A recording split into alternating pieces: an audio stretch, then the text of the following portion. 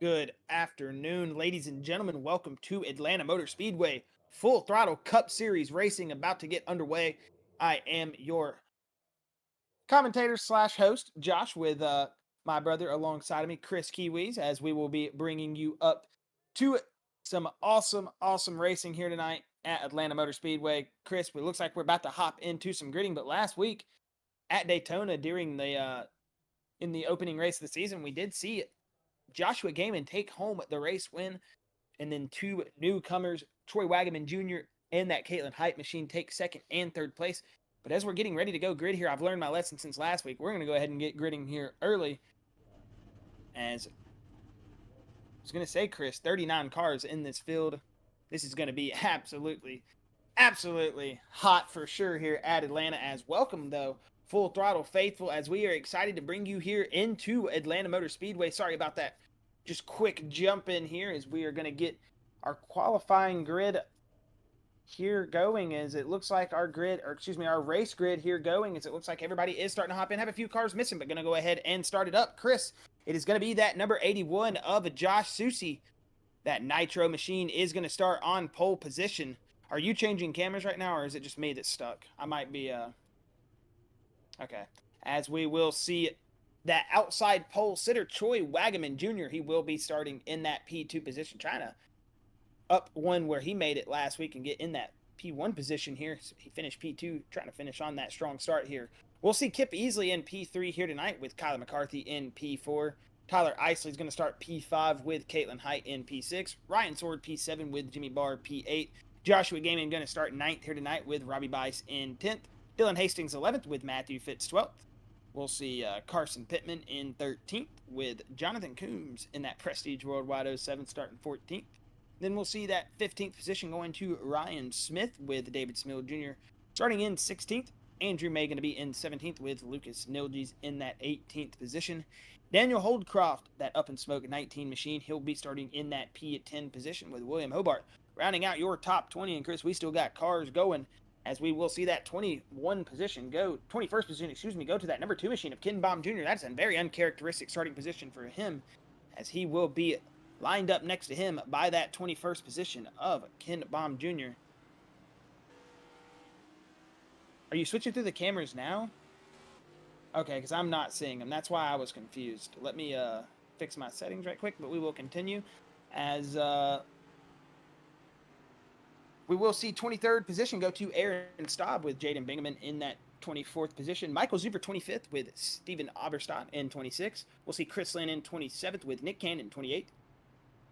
29th going to go to Josh Markle with Kevin Click in that 30th position. 31st going to go to Ryan Broderick with Jeremy Zarfos in 32nd. Oh, we've got our 35th through 38th not showing for me. So 33rd going to go to Tyler Rush. 34th, Stan Mayberry. And then George Wood, William Brown, Brody Green, Chad England, Shane Weldon are not showing for us right now. Are you seeing them on the track? They're not showing for me.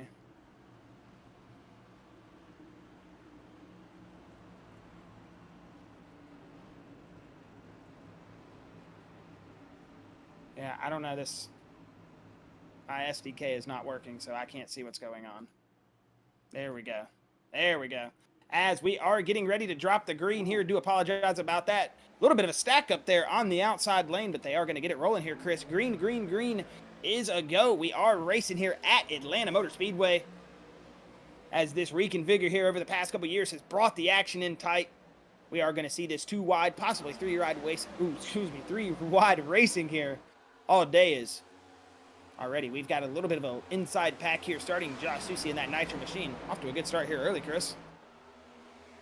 Yeah, it looks like everybody's starting to single file out. Yeah, like you were saying, Kim easily moved himself up 1 position. Now he's behind that 81 of Josh Susi.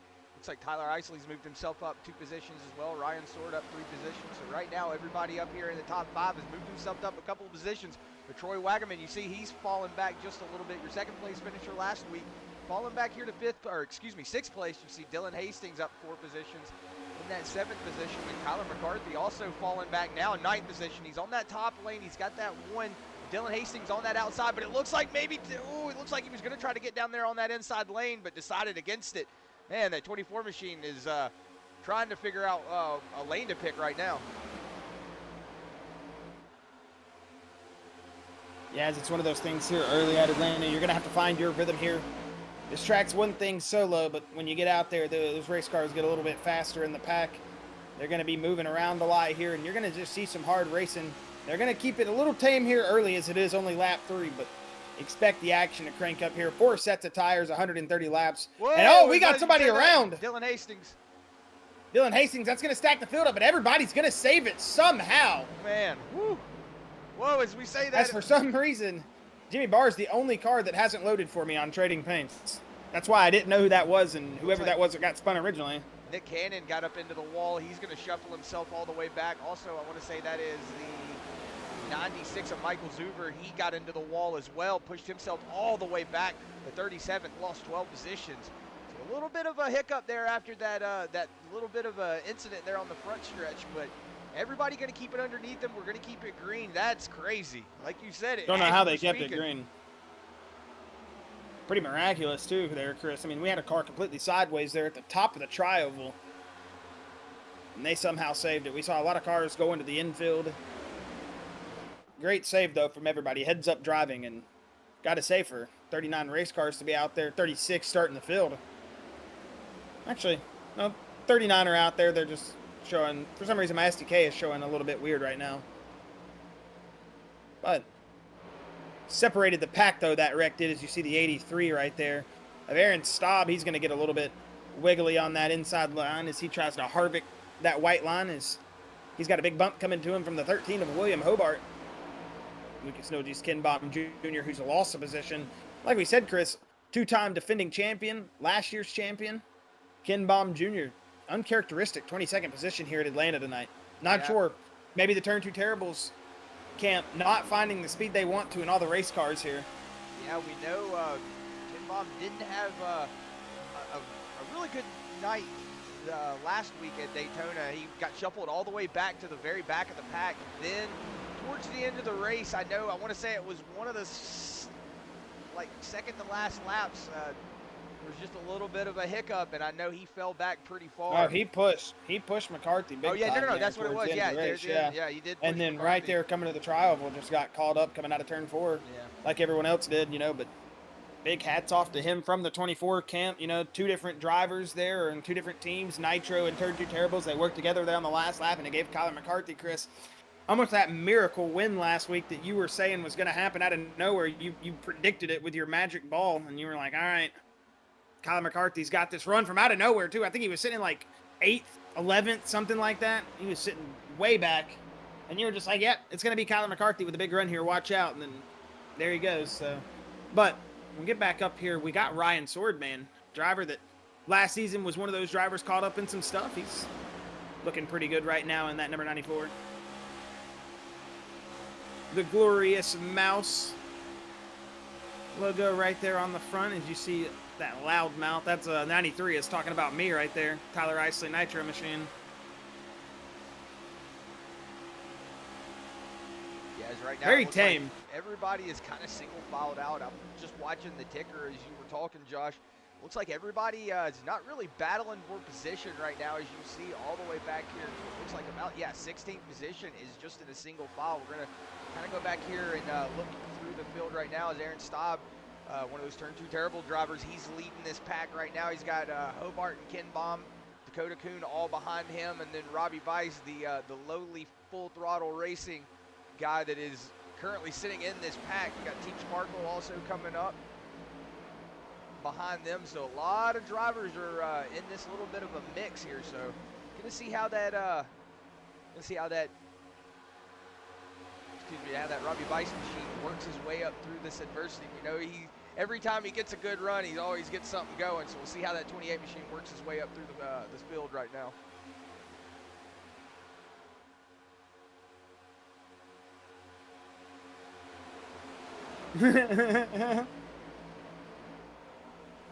Sorry, driver chat. You were speaking of Robbie. He came over the radio, man. It's almost like.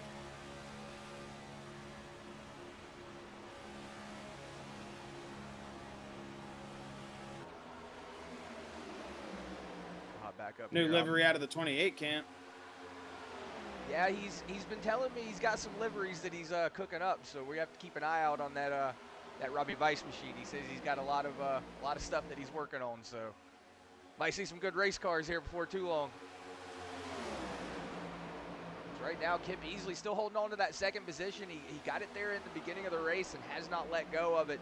But like we were saying, a lot of drivers right now just in that single file line. We know Atlanta can really come up and bite you, as you saw here early on in the race. It can come up and bite you going through that tri-oval part, especially if you've got a driver on that inside or that outside. So something to watch here. Everybody's just kind of single filed out, not really doing much of anything. As I say that, back here, looks like we've got side-by-side racing going down the backstretch here for 25th on the back.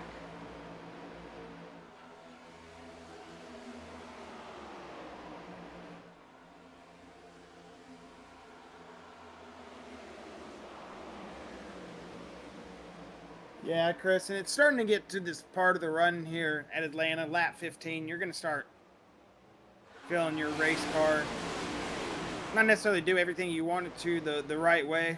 You might lose a little bit of tire grip here, get some fall off to the corner.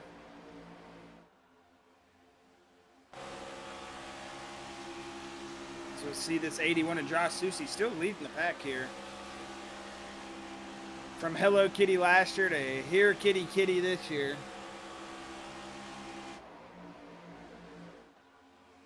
This Josh Susi guy knows how to run very vibrant colors and do it well too. You know, most people run them, they're just trolling. They think they're trolling. He runs them, it's because, hey, I'm beating you and I'm beating you in a pink car that says Here Kitty Kitty as you have to look me down. So it's like, that's the kind of, you know, vibrant colors you got to run there. Yeah, but I do just love pink race cars. Pink race cars are just awesome. So yeah, it's good to have Susi back here. We know he was on a sabbatical this week. He said he was at the airport last stream, so good to have that 81 machine back on the racetrack, and you know, good to see him out there doing what he does best, leading the pack. Gotta say the top 16 here holding though this pack right here is doing not a bad job. Yeah, but then we see back here from, like I said, about 25th back, everybody just not really wanting to sit in line, not wanting to really work together, I guess you can say. Well, when I said Robbie was vocal on the radio, that was one of the things he was, well, the only thing he was complaining about was, come on, guys, we got to work together in a very friendly way, you know, of course. Riding on board here with that non-machine of William Brown. Last year's getting close to, he was in the top 4 for the points going into the championship race, was one of those contenders that really had a opportunity to walk away with that championship. You see currently riding on board here in that 27th position, just kind of riding with his teammate right now. He's got Nick Cannon in front of him, so one of those drivers that he wants to kind of stay behind and just ride with.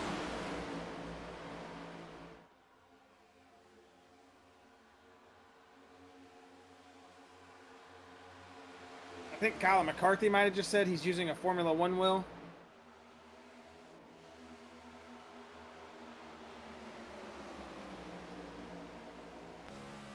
Well, Kyler, I hate to break it to you, but it looks like a regular wheel.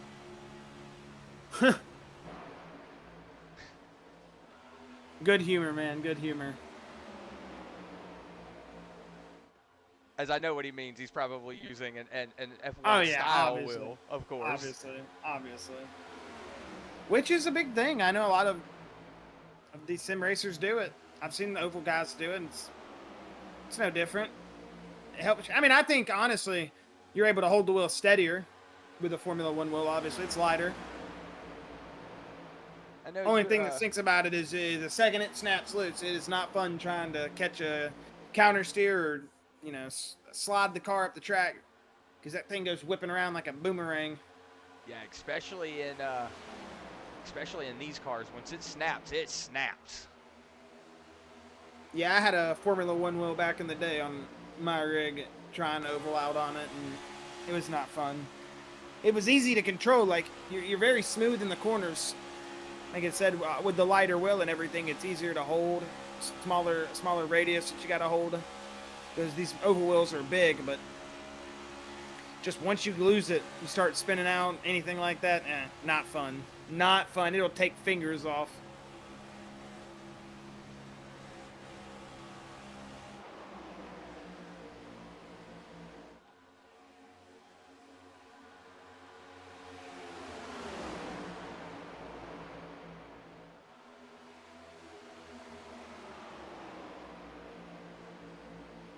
And I was completely muted. Yeah, Josh, we're riding on board here with Joshua Gaiman as we're watching everybody in front of him not try to go, too wide. Everybody's just kind of found where they want to be at the moment. Like you said earlier, Robbie Bice saying, come on, guys, it's the early part of the race. Let's just work together. Maybe the guys up front are also hearing that, going, all right, we're not gonna battle it out as much now. As I go back here, looks like that 28 machine now currently leading that pack. So he did get around Aaron Staub. It looks like he's fallen back a couple of positions. So Chris Lynn now currently in that 18th spot. Nick Cannon in 19th, moved himself up. Got around that little bit of whoa as I say that. It looks like maybe Kevin Click getting a little loose on that outside lane. He was working it up there. Maybe also that 83 getting a little loose.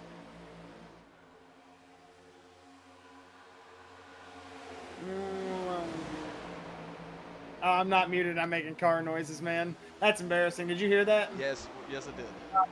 I thought I had my mic muted. I'm like Kill Garver over here.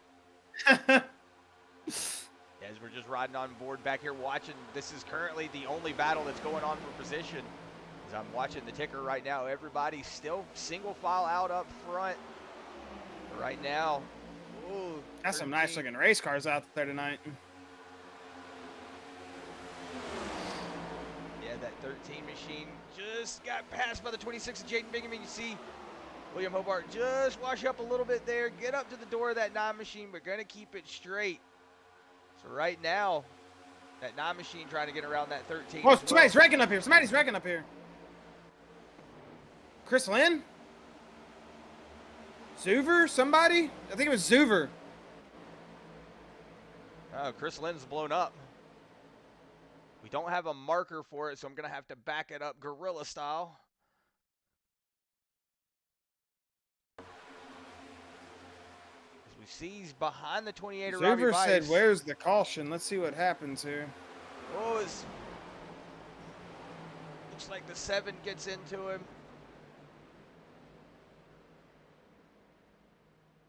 Yeah, so it looks like the 32 of Chris Lynn's going to be the only one involved in that. It looks like a bad push there from the 7 and Nick Cannon is what pushed him up into the wall. Yeah, that's not a fun hit. Yeah, that's unfortunate there for that 32 of Chris Lynn. One of those drivers that we've been seeing the last part of last year. Was that Chad Engel or Chris Lynn? It was Chris Lynn. Yeah, it was Chris Lynn. It was Chris Lynn. It was Chris Lynn. Sorry. Yeah, the 32, he was showing some speed last season, towards the end of the season. So it's unfortunate for that Turn 2 Terribles 32 to get knocked out of the race that early. Yeah, that was a big hit there, Chris. Yeah, like you said, surprising that they didn't throw a caution for that. Now, iRacing does enforce cautions. We do not have a race control, race director, whatever you want to call them. We do not have one of those, so we don't have anybody just sitting there watching cautions. So if anybody's going to throw a caution, it's going to be iRacing does control the cautions in this league. It's going to be Matthew Fitz, and do we really want Fitz having that kind of power?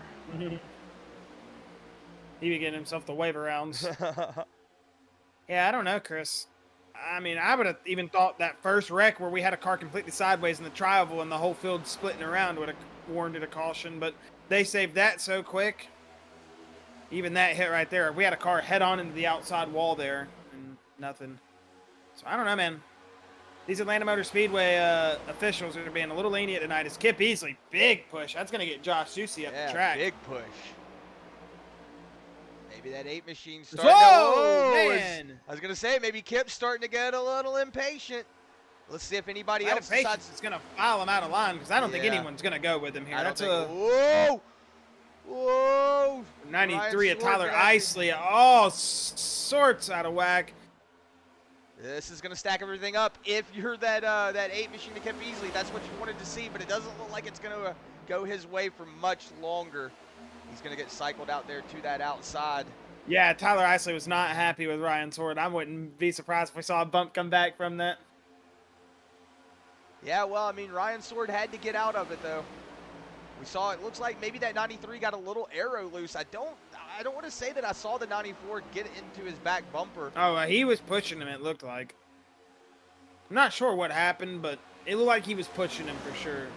I want to say he banged him in the back bumper at least once or twice there going through corner. Yeah, we know that 94 did get out of the gas, though. Didn't get that 93 around, so that is good to see. It looks like that. Yeah, not sure what happened there with Kip Easley there, man. Yeah, maybe just got a little impatient. Maybe Josh Susie just got out of the gas. Maybe he got a little sideways, and that just, that 8 machine had a better run, and he just had to get around him. It was either, plow into him or get around him. I think he just saw this opportunity to maybe make a pass, and then I don't know what happened. It's very uncharacteristic from Kip Easley, though. Not of the normal standard of the 8.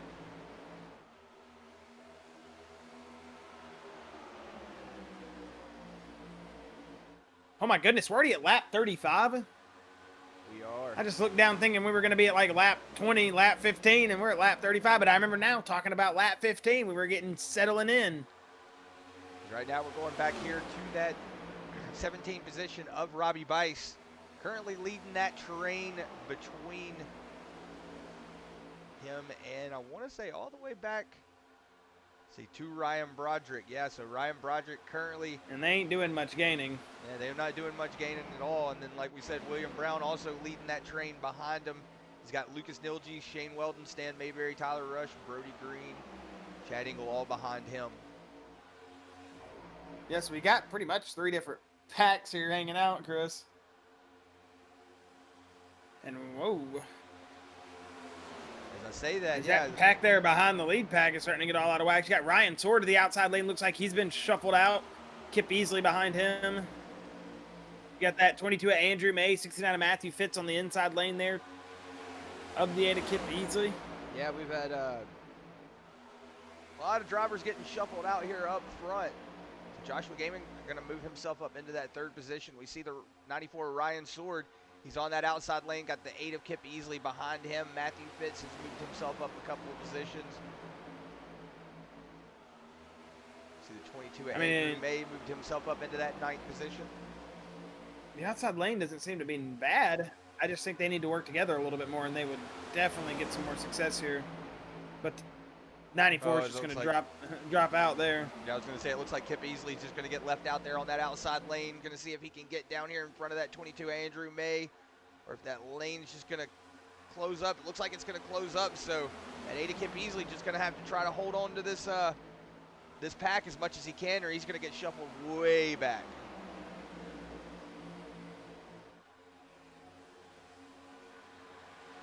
Yeah, it wouldn't be the first time Kip Easley's been stuck out on that outside lane here tonight, Chris. So looks like he just wants to get out there and race, but everybody's just wanting to keep it single file right now. And it's a Nitro 1-2 with Joshua Gaiman, that Lady Liberty Motorsports 33. He's chilling in that 3rd, sister team of the Nitros. So we'll see how these 3 are going to work together here. It's the 81, the 93, and the 33. Hold a commanding 1-2-3 right now. We got Turn 2 Terrible's Troy Wagaman last week's 2nd place finisher in that 4th spot. Carson Pittman, he's got a good run here in that Full Throttle racing number 4. I think Carson Pittman might be the only person that hasn't changed liveries since we've seen him for the first time last season. I will say he has definitely had that same livery. Now that you say that, it's a good looking livery. It is a good looking livery. I like that. Whoa. Who's that? Point out, is that 82 of Josh Markle?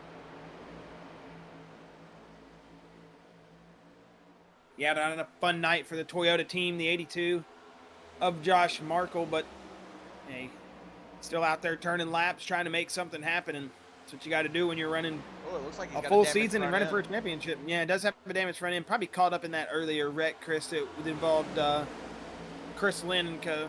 Just didn't see maybe something happened to him. Or could have. Not saying he was, but could have.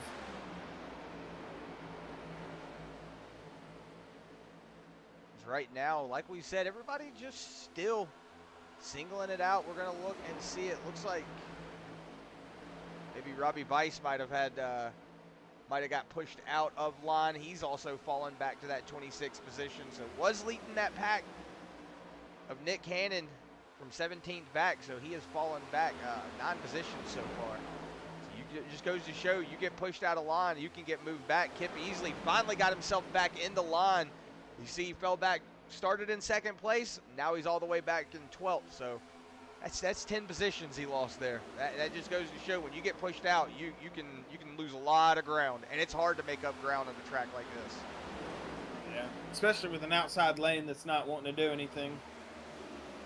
Yeah, once that outside lane starts deciding to move, they're going to need 6, 7, 8 cars lined up before they can get moving, because we're seeing that just 2, 3 cars on that outside lane not really working out for them. I'm not going to lie, Chris, was expecting to see a very aggressive field tonight. Not going to try to jinx anything. I mean, it's still a process. Can you show Josh Sissy right quick? He is being timed way off. Okay, there it goes. He fixed it. Man, I don't know what my SDK is doing. Sorry about that, Chris. But I was going to say, you know, with as many cars we had, I was expecting a very aggressive field, you know, coming into the second race of the season. Maybe expecting everybody to be a little hot. No pun intended here at Atlanta. But it seemed like seems like everybody's just kind of hanging out. A lot of the experience showing with everybody being in a team. Obviously, one of the things that we love about Full Throttle is it's a very team synergy. So all these drivers have someone to fall back on, someone, you know, at least lean on in situations. In situations like this, it usually has one good driver in there with a big old head of experience that says, all right, everybody take it easy. And, you know, I think we're seeing that here tonight, Chris, because it's been very tame. It's been very tame. And I got to say, there must be a lot of policing going on in the Thunderdome that I haven't been seeing, because it seems like these guys are doing a very good job here tonight. Guys and gals, I got to say now. Do have Caitlin Height in the field. Forget. Yeah, Andrew May getting passed by her as we were speaking. It looks like he might have got pushed out of line. Looks like he's going to be able to fall back in. Maybe Jimmy Barr going to let that 22 machine back in. He does have a teammate behind him. And you see David Smill. Looks like he's moved himself up a couple of positions. But right now, a lot of drivers that are off of the pace. I want to say that is Josh Markle back there. Yes, it is. And then you see George Wood also a lap down behind him. Daniel Holdcroft moved himself up 3 positions into that 16th position. So currently on the, if you would say, the caboose, the proverbial caboose of that front pack.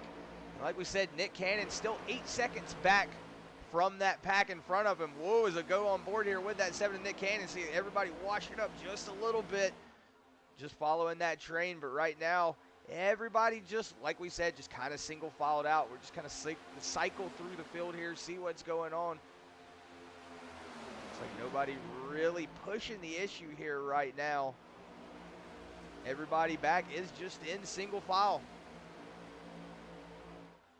We do see that 96 of Michael Zuber. Looks like he might be going a lap down here in just a moment. That 81 coming up on some lap traffic.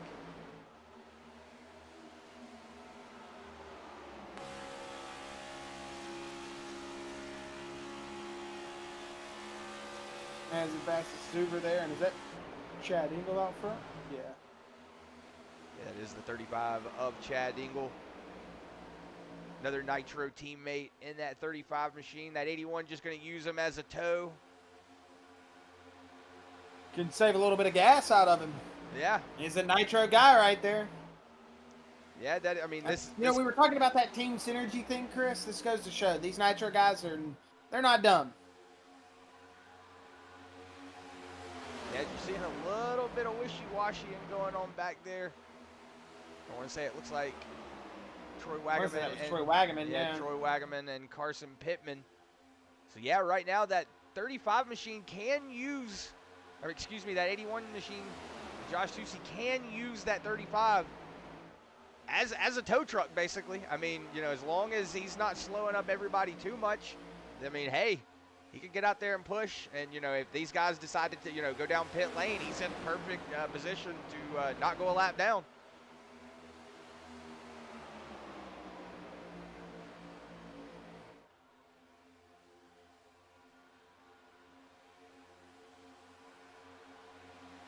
Look at that secondary pack, Chris, here. It's starting to get a little bit tight from that 10th position on back.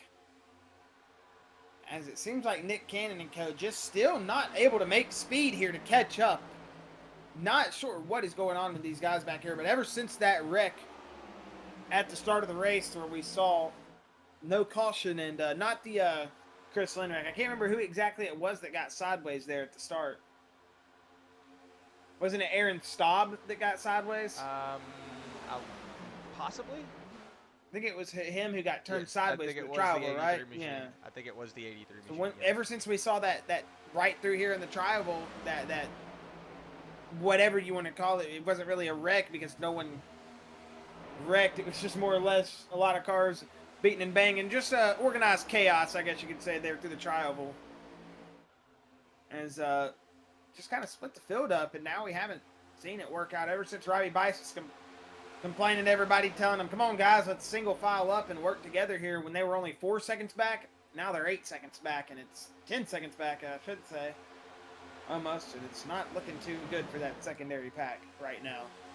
They're going to need something like a caution to really bring them back down here. But if this race goes green all the way, it could be a very interesting. Yeah, as I'm seeing in the YouTube chat, Carrie Lynn, I don't want to ruin your last name. I'm going to just say that. I said, good luck, 24. And then I see Michael Sepp saying, of course, we don't want Fitz to have that kind of power. And wish you could have raced tonight, but I have to work overnight, so I'd have to start it in park. Hey, man, good to have you in the YouTube, though. That's all that matters. You're still here, so don't look at it that way. I understand about working, man.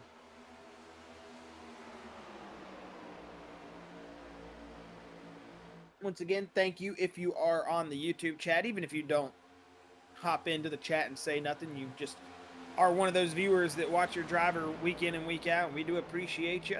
It's good to have you around, even like you said, if you don't jump in the chat, it's all good. We're here for you guys. We're here to put on a great show, and it's really easy to put on a great show, Chris, when these drivers are out here just making them look like professionals. I mean, not a lot to talk about when they're keeping it really clean right now. Yeah, as we're riding on board here with that 10 of Daniel Holdcroft, you're seeing up in front of him, up 16 positions, that 35. Chad Engel is currently leading the pack. Not the leader, though, but is leading the pack with that 81 in tow behind him. So right now, that 81 machine, like we were saying earlier, just using that 35 as a tow truck. I mean, you know, when you're riding out there in the front like that 81 has been the whole time, he's used a little bit more gas than everybody behind him. So it's good to have that, you know, that teammate, if you will, in that 35 machine to sit out in front of him and just say, hey, man, I'll use my gas up. You just ride behind me. Whoa, as we say that, the 35 gets loose. Sushi into the wall. He's going to save it. Woo! Everybody going to keep it going, though. Man, that 81 might have pancaked that wall, though. Yeah, he could have some right front damage. That was a big hit. I think he's going to get away with it, but does look like he's going to get away with it. Doesn't look like he's got any front end damage as far as toe link goes. That's going to shuffle up everybody behind him. You see that 33 of Joshua Gaiman get pushed up to the outside. That's going to open that inside lane up. Now 33 of Josh Gaiman. Oh, my goodness. Woo. As I was going to say it. And that's his teammate. Called him clear probably, but still scary. Oh, 93 of Tyler Isley. Big tight. 20 of Troy Wagaman. This is where the pressure is going to start to get applied like a bad Band-Aid, Chris. It's just going to get stuck to you. That 20 of Troy Wagaman's been making that move where he shoots to the outside, and you got a guy in the number 69 pulling up, baby. You best believe the action's about to get real. Josh Gaiman kind of stuck on that outside lane right now. We'll see if someone like 94 of Ryan Sorter will go with him. Does not look like it at the moment. Yeah, it doesn't look like that 33 has anything for that 69 machine on that outside lane. It looks like Matthew Fitz going to go ahead and assume that 5th position. That 33 trying to get in front of that. Whoa, as I see him pulling down in front of that 21 Orion Smith. He is trying to cut that front bumper off. Looks like he might not be able to clear him. That 21's trying his best to not give him the lane. It looks like Josh Susi might be going down pit lane. Oh, he's going to have to get her slowed down. We do know the pit lane is on the back straightaway. Has to get it all the way around, so Tyler Isley going to assume the lead here at lap 63, but you're looking behind him. It is too wide race, and everybody's getting stacked up. This is where things could start really getting dicey. Well, I'm confused with Susie coming down pit road and nobody else. Is he just possibly parking it? Or is he going to come back out? Let's see.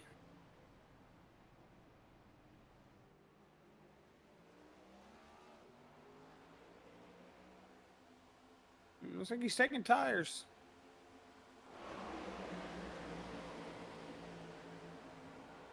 We'll go back on here. Maybe some damage he had that we didn't know about. He's on his way out. Nick Cannon coming down pit road, so he might just be on. Yeah, William Brown down pit lane. Okay, yeah, here comes a couple drivers. Shane Walton, It must have just been that time. He must be on his own strategy here. That's Tyler Isley, though, for the first time tonight, first time this season. He's going to lead some laps here in the Full Throttle Cup Series. It's Troy Wagaman Jr., though, is still applying the pressure. He is all over the back bumper. Was somebody wrecking up there? I saw a little bit of yeah. smoke, yeah. Whoa, whoa, whoa, whoa. Ooh, what was that? Oh, no. That was wrong 90 that I clicked on there. Yeah, as I saw Michael Zuber might have got loose coming out of turn 2, and that's where we saw the smoke, and then he came back up on the track, but, well, we almost saw a Kevin LePage moment. a couple drivers coming down pit road. Whoa, more than a couple drivers. This is going to be scary, dude. Yeah, we got wrecks. We're going to see a caution here. Matthew Fitz is around. First caution here tonight, as it will start at lap number 66. Execute Order 66 if you're a Star Wars fan. And that is going to bring out the caution here, Chris, with currently Tyler Isley in the lead. And you got to think, is this going to mess Josh Susie up?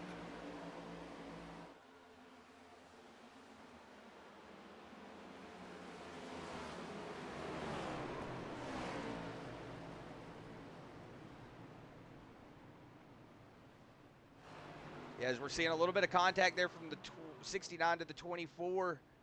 But it looks like he's going to keep it underneath him. Just going to be a one-car spin. As I say underneath it, as much as he didn't hit a wall or anything. But he is kind of crab walking right now. Wonder if it's just the way he's on the banking.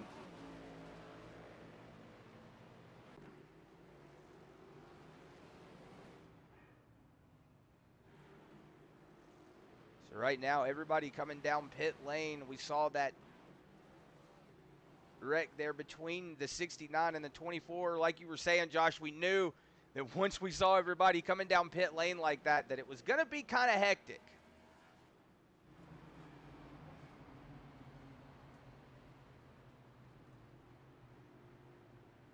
Also want to say Stan Mayberry has been one of those drivers that's had the same livery. Want to say yeah, I think he's been running that since it's been 6. If I do remember correctly, I want to say he works at that bank. Did he run a One Main Financial truck as well? I don't know, but I want to say that if I remember correctly, it's been a minute since I've talked to him, but I want to say he works at that bank.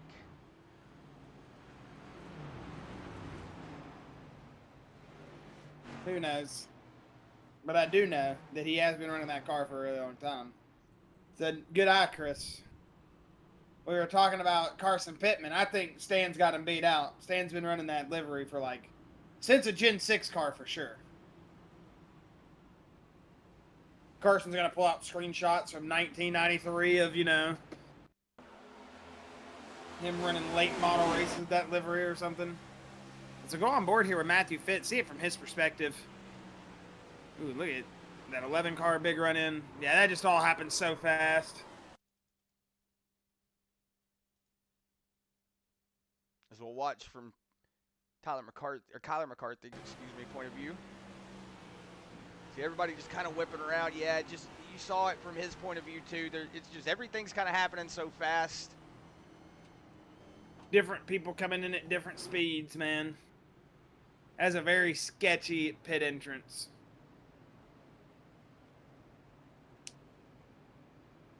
And this is going to really hurt Josh Susi, the 27th position.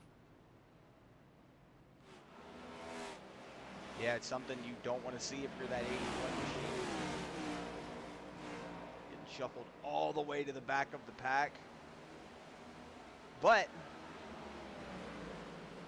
we have seen that 81 come out of a lot of adversity, so I'm not going to count him out. Oh, for sure. But passing 20-plus cars here at Atlanta tonight is going to be not fun for anyone. As we're on Matthew Fitz, lap 69. Steven Oberstadt, he's going to be out in the lead. Excuse me if I was a little quiet. I just realized I was sitting a little bit farther back from a mic. As he'll lead for the first time tonight. The Lady Liberty Motorsports 31. That's a nice-looking race car. As the Ford Mustang pace lights are off, he should be taking a left turn here in just one moment. But Ken Baumchris, the guy that we were talking about earlier, having a very uncharacteristic start. It seems like he's in a spot that he's used to. Second place. We're going to see how he's going to start on this restart here. And how these guys are and these tires are going to do. Why is the field in single file? Yeah, I just realized that. Yeah, the outside lane is non-existent. All kinds of weird. Okay, well, green flag is out. Steven Oberstadt going to take the lead here at lap 70. The 91 of Brody Green. You see him washing all the way to the outside lane. So yeah, not really sure. A lot of those pit cycles that came in, it looks like it might have messed up the build cycle. I don't know. That's weird. That's going to make it even harder for Josh Susi. Yeah, as we see that 48, looks like he got a little squiggly going into the corner. It's going to allow the 69 of Matthew Fitz to get around that 48 of Stan Mayberry. Now Stan going to be stuck on that outside lane. You're going to see him tuck down to that inside, right in front of that 82. Josh That's why it didn't put the field around. Oh, okay. I see what you're talking about. Josh Markle, Tyler Russ, those are all lapped cars behind them. Yeah, so something with the field. I don't know what just happened. iRacing goofed big time. Yeah, iRacing did definitely goof. So this would be the one time it'd be nice to have race control because they could have instantly to the caution and then just, advanced the caution period by 2 laps and got that straightened out. That's unfortunate. I don't know what just happened there. It's unfortunate that it went that way. Like we were saying earlier in the race, do not have race control. Normally, if you had a race control person, you would have somebody that, like Josh said, you would be able to control something like that. But whenever you don't have the powers of race control, you just have to do it by the seat of your pants.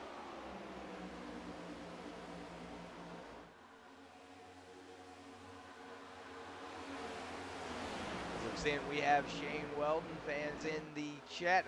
Don't want to ruin your. I don't want to say names wrong. Peter, I'm just going to say that. Peter in the chat. Good to have you, Bubba. Yeah, there's a lot of drivers you're seeing not on the lead lap up here in the front, like Josh was saying. Did not wave everybody around for some reason. So right now, Steven Oberstadt is going to be your current leader with that 2 of Ken Baum right behind him. That 69 of Matthew Fitz, who did get around on that pit lane, is going to be in that 3rd position. The 91 of Brody Green in that 4th position. And then Ryan Broderick rounding out your top 5. See Stan Mayberry in 6th. At that 93 of Tyler Isley, which you see at 72 is not on the lead lap. That is Tyler Rush. Whoa, as you're seeing 24 getting a little sideways going up the track. Having trouble locating them on the track. It looks like he might have had a little bit of an issue. He is currently sitting in that 30th position, a lap down.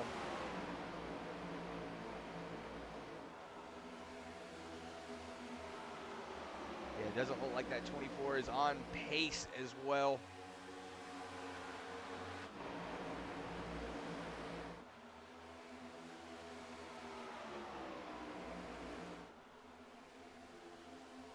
Yeah, I'm not sure what's going on with the field here. But this caution has confused me. This last caution cycle confused me, man. I almost wish this outside lane would build up a little bit. We're not seeing too much aggression. I think it's perfect time, man. Let's fire up the aggression. Let's see these guys get out there and beat some doors in. He has received the 4 of Carson Pittman, one of those drivers that was riding in the top 5 pretty much the entire race. He's now going a lap down. Whoa, Ken Baum not liking where that 31 is going. See him having to get out of it just a little bit.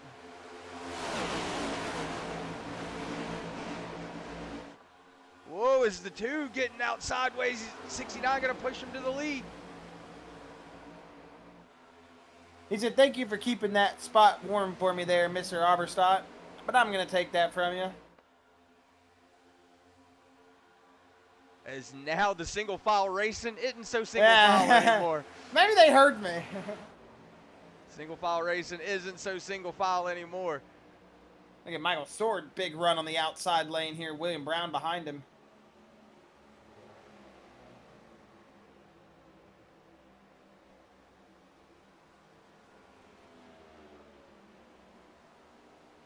I said Michael Sword? Did I for real? Yes, you said Michael Oh, man. Sword. I don't even know Michael Sword, so I don't know why that came out of my mouth. Ooh.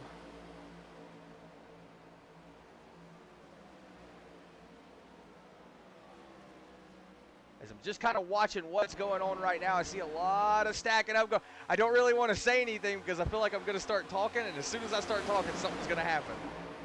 Because you know it's gonna happen, yeah, man. You know so it's gonna happen. I mean, look, I've come to realize that this commentator curse thing is nothing but the drivers using an excuse for realizing that we realize the inevitable's about to happen. We can't help it. I mean, come on, man. I mean, now with Matthew Fitz, that's just a commentator curse. I guarantee it. 2 more laps, his motor's blown. Well, that outside dude, if lane it happens looks like now, it's starting to push up a little bit. Yeah, because... Oh, goodness. Ryan Sword in the wall. Yeah, as I was saying that, whoa, is Ryan Sword still in the wall? Oh, he just got gorilla glued to the wall.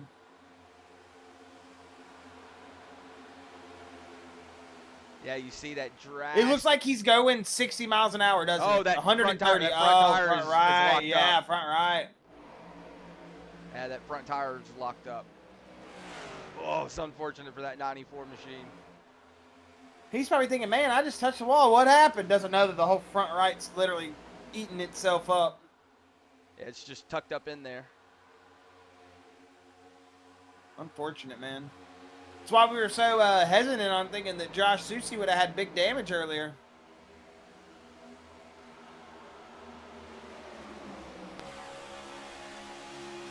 As this is the action I was waiting to see, Chris. I knew it was time. As a driver, I felt it. It was like, it's time to go, man. It's lap 70. We're at 70-plus laps in this race. We got to start moving. If you don't got sheet metal and everything bent up by the lap 75 portion of the race, you might be doing it wrong. Well, other people's sheet metal. I don't want mine getting tore up. I just like the carnage of everything else around me, you know? Whoa, 3 wide here for a moment. Still 3 wide. Oh, we got big action up there with that Josh game in the outside lane, Chris. They got all out of sorts there for a second in front of them, but man, everybody just driving everywhere right now. Oh, this is I don't really know what to say. I'm just watching chaos unfold right now.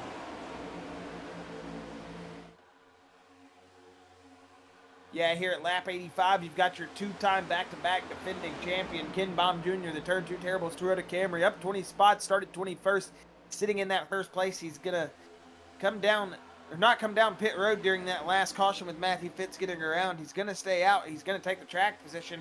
And speaking of Matthew Fitz, the number 69 machine going to be sitting there in that inside lane. He's got the 31 of Stephen Auberstadt, the Lady Liberty Motorsports number 31 sitting there on the outside as he is going to start to fall back a little bit. So that's Carson Pittman, who is currently scored in 35th. That is that third car in the lane. He is not a part of this lead pack. But for some reason, after that Matthew Fitz caution, like the mayhem going on track here, it was just all scattered. with the field coming back to the green. We only had double file reset all the way up to like Whoa, 10th somebody's position. around. Whoa, big wreck!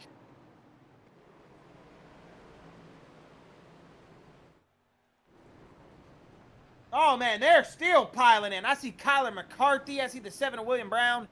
Robbie Bice. Is that Robbie Bice? No, that's not Robbie Bice. It was just another Monster Energy card that I thought was Robbie Bice, but it's not. It's the 98 of Shane Weldon. So we're going to have to just kind of rewind it, everything that kind of happened there kind of quickly. I saw smoke. That's all she wrote. Man, did Shane Weldon get to that without touching a single car? Let's see if we can see where it they're wrecking up in front of him. Oh, it's the 82. One of those lap cars we were just talking about on the reset, Chris. It's 82 of Josh Markle.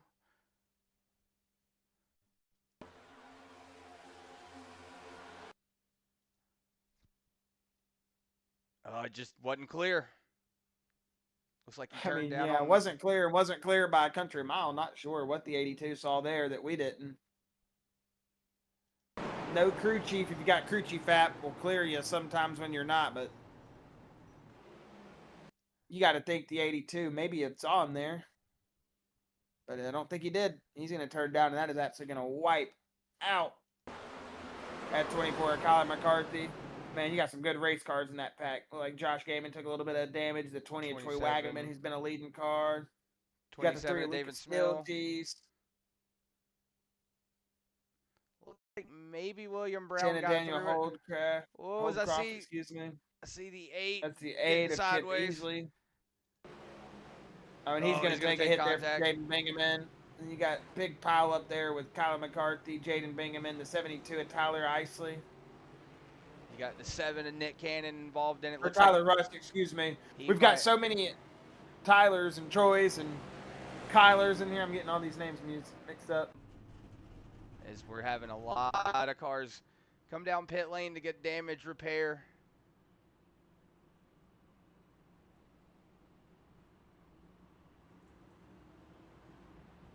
And I see Michael Self saying, "Haven't done race control. It's hard enough when it's all you're doing. To do it while you're driving is nearly impossible." I can say, as somebody that's done race control, Michael, I hated it.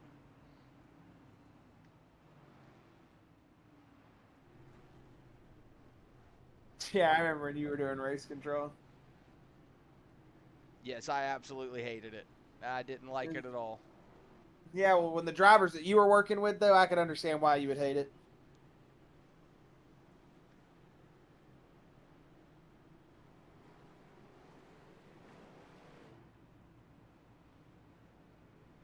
So after that caution and everything got out of whack, it looks like we might be having everybody getting back into line. See if everybody... Looks like that 4 yeah, it should cycle the field back out normally now. I'll say it looks like the 4 machine is falling back. Carson Pittman was one of those drivers that was a lap down. He is still falling back. So yeah, maybe getting it settled out here.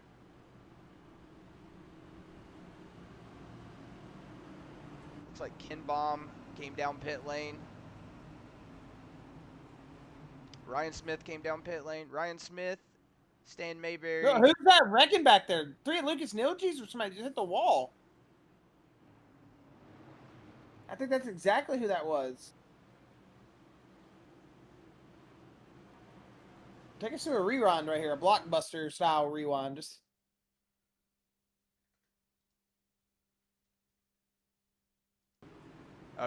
he came up cooking beans. Getting her slowed down. Oh my God. So the 25 of Kevin Click, he was like, oh God, I bet he was puckered up, man. Speaking of puckering up, dude. This is going to be tight right here, Chris. Line number 90 and 130, it's going to be Matthew Fitz, green driver. He's at 31 is Steven Overstott. Not going to get the greatest start, but he's going to get some help there from that 11 machine of Caitlin Height, who's been on a good run here. Yeah, she hasn't really said much of anything tonight, but she's on that outside lane, pushing that 31. Maybe this inside lane doesn't have the momentum. We'll see if she can push that 31, or if that inside lane is just going to cut it down. What is Lady Liberty and Nitro linked up on the outside lane? Ken Bomb Jr. maybe too fast down pit road that time. Chris under caution. He did come down. He might be having to serve a penalty. Yeah, unfortunate there for that 2 machine. Whoa! Ooh, Stan Mayberry getting her sideways, but keeping it Wild straight. ride, he's gonna hold on. Oh, He's I say around. that. Oh, is No he? caution yet. He's keeping it straight. He's keeping it straight. He's saving it. Good save, Stan. Good save. Oh my goodness, my stomach dropped about 4 different times there, dude. I know, it did. Good save, Stan. New leader though, Steven Uberstadt, the Lady Liberty Motorsports. Oh my goodness. 31 is Chris. I just realized you put the Lady Liberty I did notice Motorsports with 31. I did notice that. Yeah, he's up 25 positions though, man. That 31 machine. On a good tear here tonight. Yeah, definitely on a good tear. Right now we've got Nitro, if you want to count Lady Liberty as a part of that Nitro, as they are a sister team. Currently Nitro sitting in and that, affiliates. Yeah, Nitro and affiliates. They are currently sitting in that 1 through 4th. We're seeing Joshua Susi sitting in that 13th position right now. Who's that on that outside lane? It looks like maybe to turn 2 terribles. The 21 Ryan Smith on the outside lane. Looks like he might have the 12 of Jimmy Barr also in tow behind him. See Matthew Fitz get shuffled back there to that 5th position. Whoa. This man coming through this trial, it looks like everybody's wrecking, but they're not. Yeah, this trial has scared me a couple times here tonight, man. Like, I don't know if they're wrecking or if they're just. Brady Green got a little bit out of whack there, and I got the 12 of Jimmy Barr way up there amongst the wall. See the 24. 24 Colin McCarthy down the back stretch. Unfortunate night for him, involved in that last caution. Whoa, is Ryan Broderick getting a little sideways back there in that 5 machine. Yeah, he's going to jump up to the outside lane, and I want to say that's Jonathan Coombs he brought with him.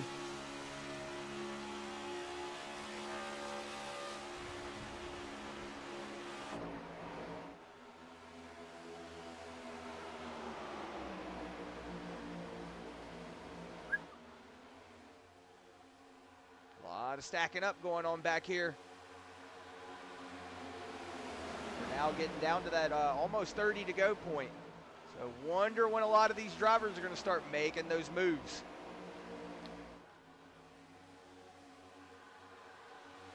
We're going to see some moves get made here very soon, I think.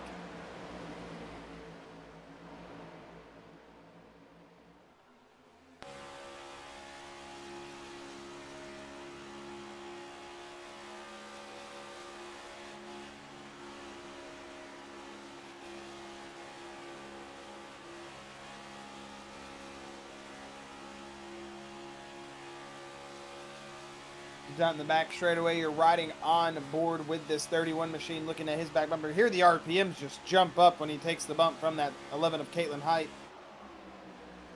As you were saying, though, Chris, getting close to that 30 to go, going to be exciting to see when that outside lane starts to get more momentum, and it looks like it's coming right now, Chris. Unfortunate for that, too, with Ken Baum. You see him going a lap down there.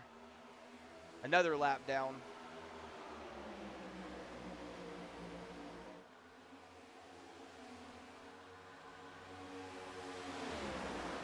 Seeing. Look at that pink race car, though, Chris.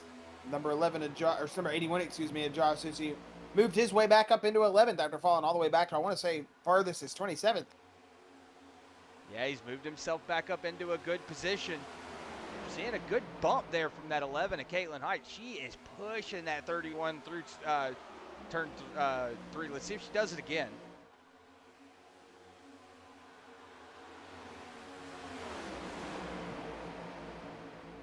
She's definitely giving that 31 some good shoves going down the back stretch.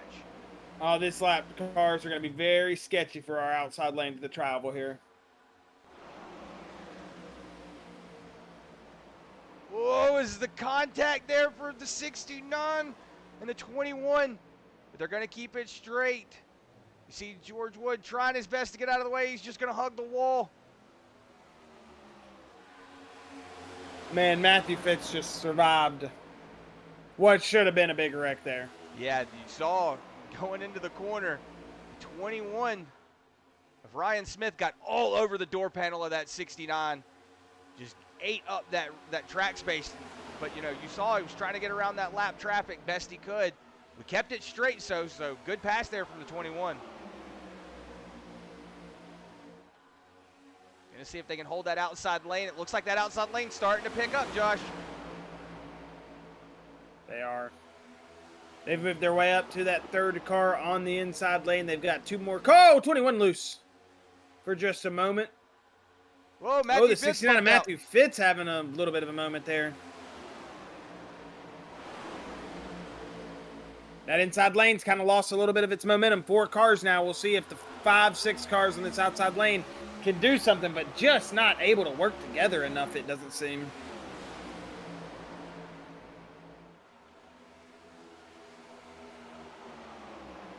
Yeah, you're seeing Matthew Fitz slowly falling back, just maybe trying to make up a little bit of tracks behind. We see he's starting to gain on that 33 of Joshua Gaiman, so he's closing up that gap. So he should get back up here to that 93, but we're going to see if that 21 and that 12 can push back up there and try to take over this lead from Nitro, who's pretty much just been in the lead all night tonight.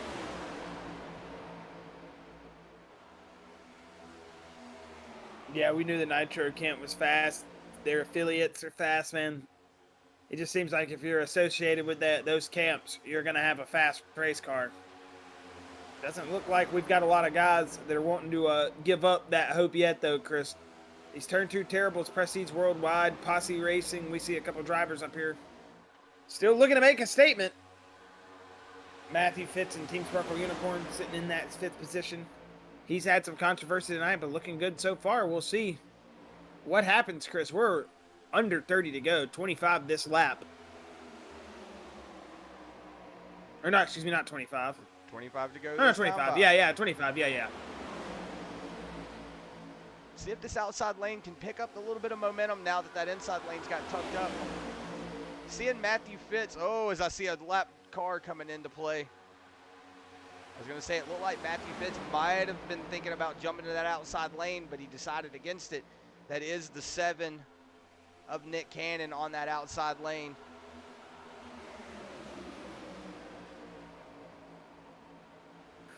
Ooh, oh, my goodness. Bouncing off the wall there is Nick Cannon.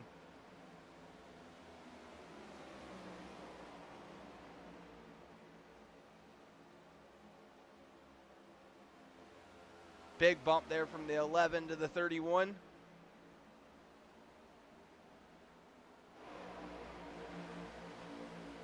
Man, back behind him, everybody is stacked up. 23 laps to go.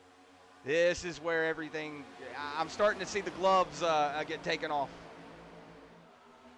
Yeah, it's starting to get a little bit more aggressive on that outside lane, Chris, and I'm expecting some big moves coming here in the immediate future. Yes, I'm watching Josh Gaiman right now. It looks like he was maybe thinking about that outside lane, then decided against it. Either that or he's trying to block momentum, but if he tries to block the momentum of the 21, I think the 21 might just put it to his back bumper at this point. Yeah, because you're watching right now. You just got Nitro and Lady Liberty riding in that top 4, and Ryan Smith and Matthew Fitz are currently the 2 drivers on 2 different teams that are trying to get up here and get over and take over that lead.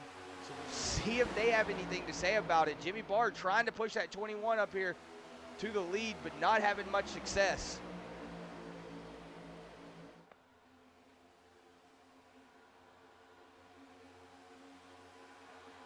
Yeah, they're close, but no cigar yet, Chris, and you gotta almost think something's gonna have to change through this 21 and 12, because they've got to move on this outside lane, and soon. We've only got 20 laps to go this next time by. Yeah, as we're seeing, Susi has fallen back to that 18th position, so might have got shuffled out of line himself. So right now he's looking up there at the front. He's seeing his teammates. He's probably giving them a little bit of pointers too. I wouldn't doubt it. That inside lane is starting to separate a little bit.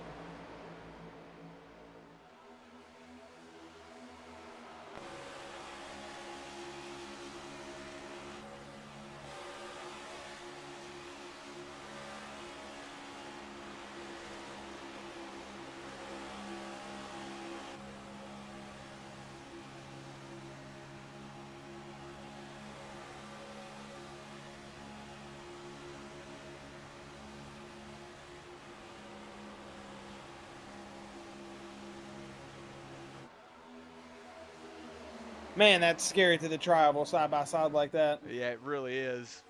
Whoa, You see it from that perspective. Oh my gosh. somebody blinking back there. I want to say that's the 07 Jonathan Coombs.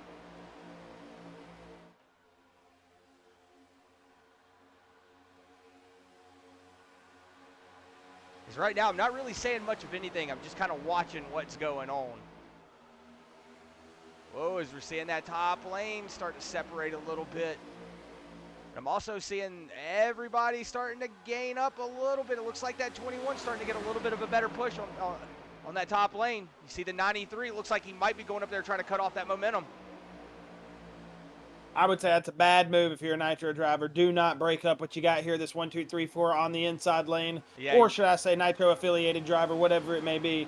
Do not break this teammate help up. You've got your help. You need to stick with it. This inside lane's been proven dominant all night. Make these guys on the outside work for it. Yeah, as we're seeing the outside lane breaking up, it looks like the 4 and the 5 back there battling it out. That 4 not on the lead lap, Carson Pittman, and then you see the 5 of Ryan Broderick getting a little sideways. We know Ryan Broderick is a good pusher, but don't really know how he takes the push though. Whoa, as it looks like somebody up into the wall.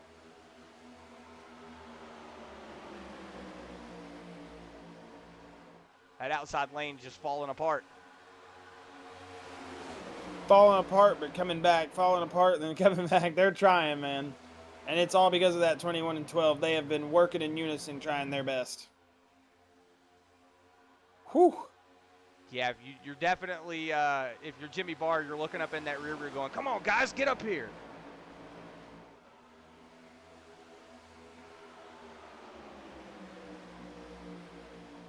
No, it seems like it would be easy to get that outside lane work together here. Whoa, it's around his 33.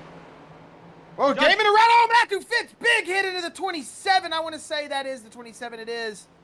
The one going to get collected. Josh Susie looks like he might have some wheel damage.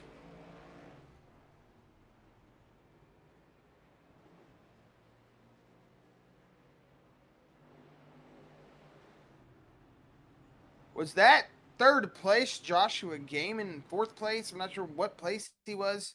Who got him around? What just happened there, man? Within the snap of a finger, these wrecks happen, and he has big damage. That race car is unfortunately not competitive. Looks like Matthew Fitz might have got him around.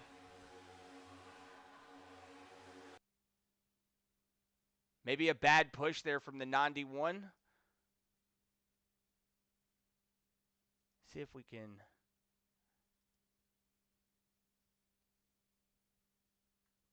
Trying to go to a better camera. We see the 91s all over the back bumper of Matthew Fitz. So I'm wondering if Fitz is just getting mega shoved and then Gaiman's just not on the same. Yeah, you're just seeing it right there. The 91's all over the back bumper of Matthew Fitz. That's going to push him up into Joshua Gaiman, and that's going to start a chain reaction of what's going. Oh, you see that snap there from the 69. David Smill, nowhere to go.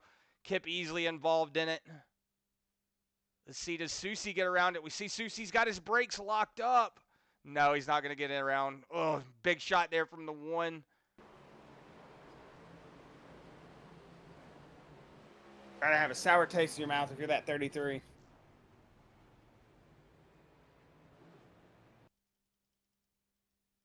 As we'll ride on board here with that 22, just see if we can see what's happening in front of him. You see the smoke going up there? Oh my goodness.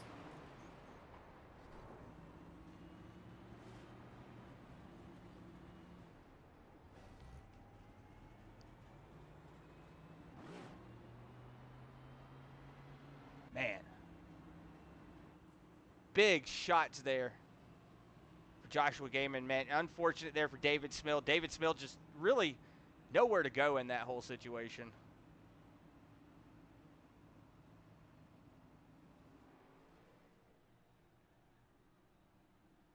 Yeah, I don't know, dude. A very awkward wreck. That was one of those things that's... I don't know. You don't want to be the nice guy and say that was nobody at fault there, but at think got to be the nice guy there, Chris, and kind of say that just was product of the environment of this style of racing. Well, like What I can said, you really do? you know, coming down the back That all stretch, we happened saw it. so fast. The big bump, the getting out of the line. Sorry, I don't mean to cut you No, off you're there, good. but I just got to say that all happened so fast, Hack. I think, like, yeah, you want to put the blame on Matthew Fitz if you're, on one side of it. You want to put the blame on whoever, the pusher of Matthew Fitz. I can't remember who was pushing right there exactly, but I don't know, man. I think that's just product of this environment. So I mean, during it's like that, going to a fist fight and getting mad that you get punched in the face, yeah. So during that, Caitlin Height, Daniel Holdcroft, Dylan Hastings, Stan Mayberry, William Hobart, William Brown, Kip Easley, Troy Wagaman, all down pit lane. So I see Caitlin Height came down pit lane after that. Wonder if this is a play. She sees that there's going to be possibly more cautions coming. She's going to get those tires and fuel early, get out there and possibly set herself up for a good finish.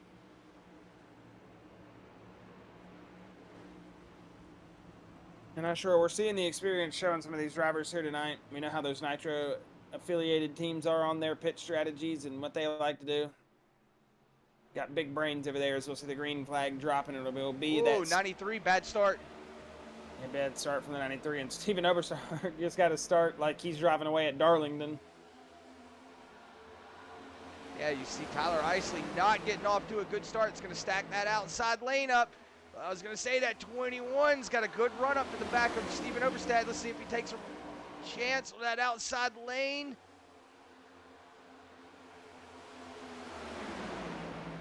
This is where it's going to start getting dicey. 10 laps to go this time by.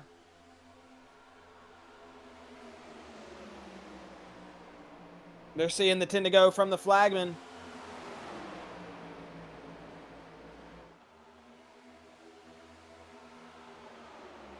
Is it lap 121 of 130, man? What do they got left for us out here? Trust me, they've got stuff left for us. This is going to be a hell of a show here to the end, Chris. I'm expecting it to crank up here at lap 124. Maybe lap 121. Oh, as 07 we're of Jonathan going Coombs. Yeah, now they're going to be 4 wide into 1. This is going to be 1 3 wide now into 1. Josh, you see Kalen Knight. And he's down. The 29 of Jeremy Zarfos. They're still 3 wide coming out of the corner. Even with a little bit of the damage, Josh Juicy's still showing excellent speed. I was going to say, yeah, even with that little bit of damage, still showing that he's got it underneath him. I see a little bit of smoke in front of him. As a driver coming down pit lane, looks like maybe the 35 of Chad Engel. Jonathan Coombs on a very good run here tonight. He's moved himself up into 3rd. Robbie Bice behind him, who's also been in that backpack, found his way up here in the front here late. As Chris, we've got a lot of ice skating around there down the backstretch. These guys are weaving baskets. Yes, Caitlin Height getting shuffled out to the back. We see her on that outside lane. Ooh, a lot of, like you said, Josh, a lot of weaving going on. This is where it's going to start getting crazy.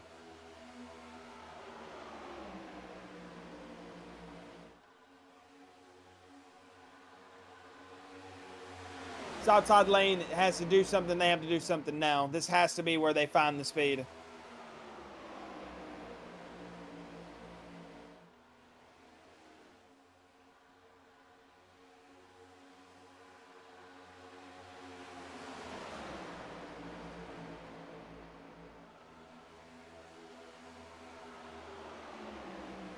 Six laps to go. We're seeing that outside lane trying to build the momentum up.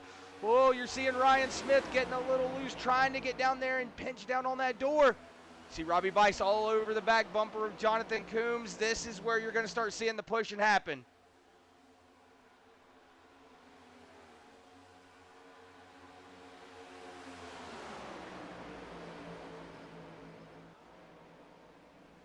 Uh, 21. Finally going to get a big run here, possibly. The 12 of Timmy Barr to the back of the 93. The 93 of Tyler Isley. He's going to get to the back of the 21. He's going to push. Whoa. They're still pushing through the corner. This is going to be the outside lane's best run here. Lap 127 coming to 4 to go. 21's loose, but stay in her, baby. Hold the gas down and keep her wide open.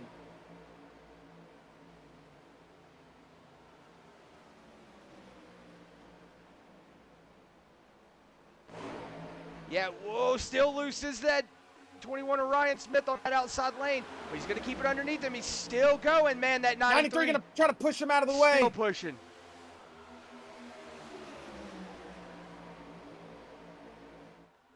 Slowly but surely we got a wreck in the back. 22 around in the 11 of Caitlin Height. As it's going to be Andrew May. Big wreck there from those two drivers. Oh, yeah, that's going to end both of their nights. The 22 is done for. The 11 took a big shot. We saw a yard sale of race car parts go off right there. As we see 3 wide here, we'll see what happens. 25 is going to take a big shot from the 9. It looks like Kevin Click's just going to get up into that left rear quarter panel from the shot. That's going to get him around. Sorry about that, Nick Cannon. Ugh. He just makes me giggle with his voice right there. Apparently, Nick Cannon was smoking off the tires. He was drifting that thing. That's what he said. Not sure what happened, but a big hit there. Man, that was a shot. Innocent bystander was the 11. She's just trying to get to the outside and make her way past all this, and bam! You know what they say, 11 plus 11 makes 22, Chris. That is true.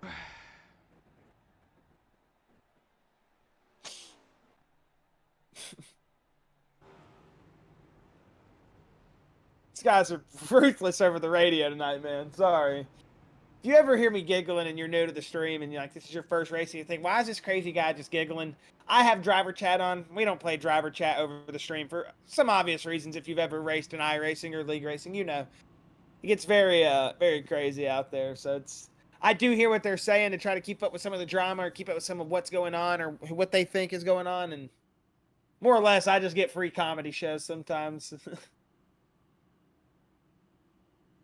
Comedy at the expense of them being mad at each other. But the things they say sometimes, man, are just funny. I can't help it. So we'll go back here. We'll see this from Carson Pittman's onboard camera. As you see, that's where the William Brown machine gives the big shot to the 25 of Kevin Click. He's just going to keep getting out of whack, out of whack, out of whack. 22 is going to go down there. Not going to collect the Twisted T26. And just like that, Carson Pittman does a make them vanish act. The 11 and the 22 just gone like that.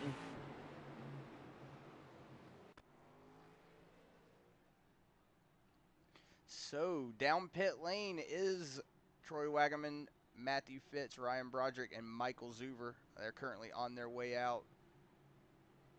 Looks like maybe Matthew Fitz taking a little bit of damage repair.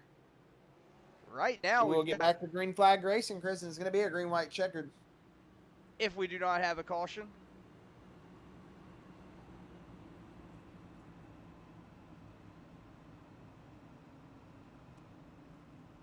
I'm seeing Peter say in the chat he is watching for the first time and really enjoying it. We do appreciate you, Peter. Hope you are enjoying it, man. I know, well, it's good to have you on the stream. I see, I want to say that is, who got destroyed in that wreck by Fitz with the push. He said he got team killed. Josh Gaiman? Yeah, but he said it wasn't Fitz's fault. So it's not like he couldn't lift when he was getting pushed to the moon. Maybe it's Josh Gaiman, not sure. There's a couple cards involved in that right there, for sure.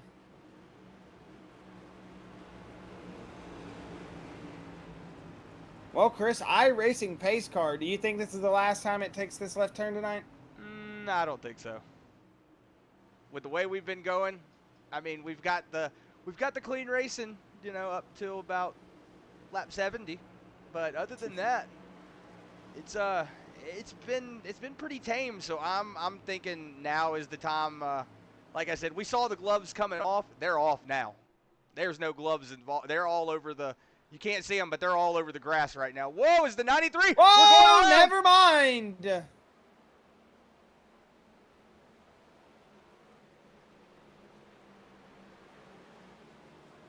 It looks like maybe a bad push. As we're going to rewind back, see if we can see what happened. See Robbie Bice collected in that. 21 just missed a gear. Yeah, it looks like maybe Ryan Smith missing a gear. We'll see if we can ride on board with him in here.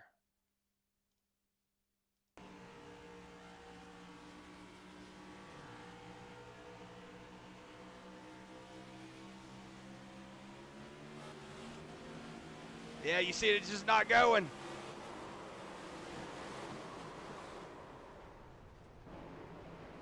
Poor Robbie Bice, man.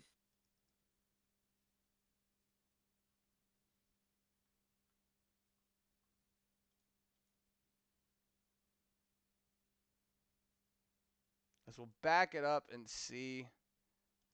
Right on board here with that 93 of Tyler Isley. Just see what he sees in front of him. He's pushing him, and then there's really not much you can do after that. I think the 93 really kind of got away with the least amount of damage out of everybody there. Stan Mayberry was flying through the grass.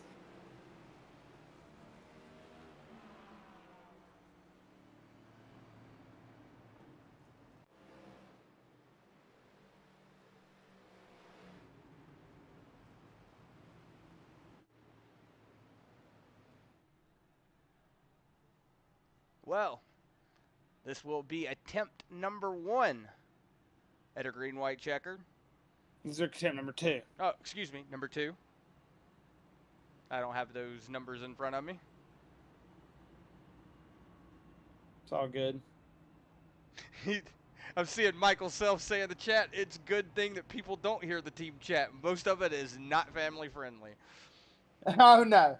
Especially, you know, Jonathan Coombs was the only person I didn't hear get mad. He just went, "Woo, 360." Like, well, Jonathan Coombs might be the most serious racer in here. Well, I'm going to say, over the time that I've been in Full Throttle, which has felt like an eternity now, I've seen Jonathan Coombs go around, so he enjoys doing those 360s. I know, he said, put that one on your highlight reel. That's what he said that made me giggle. Yeah, put that one on your highlight reel. And then he was going, ooh, 360s. He was, man. He's just spinning. Well, Josh Susie just got handed 2 freebies.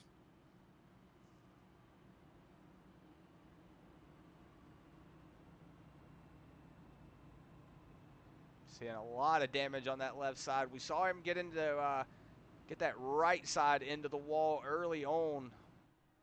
And he took a couple of shots from that wreck that was involved with that brought out the caution not too long ago.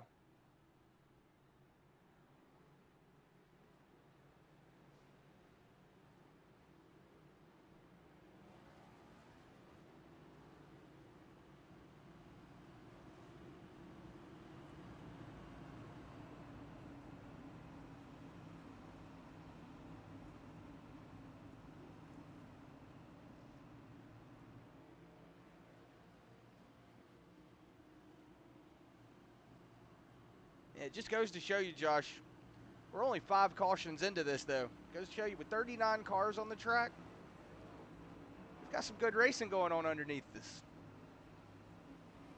Yeah, some very clean racing indeed. Just seems like everybody's cranked it up here at the end, and it's going to be one of those, can we even make it to the start-finish line now on this restart? After we saw Ryan Smith there with a little bit of a miss shift. Unfortunate for the 21. Happens to all of us, though. You can't hate him for it. I've missed shifts plenty of times in iRacing. This is, especially in these cars, they're not fun when you miss a shift. Yeah, because it just doesn't. It just feels like it doesn't want to grab. Like you got to completely lift. Yeah, you got to completely lift, and it's got to hit a certain RPM before it wants to shift. And if you don't do it at the right time, you see what happens. All right, here we go, Chris. Green, green, green, green. Way better start this time.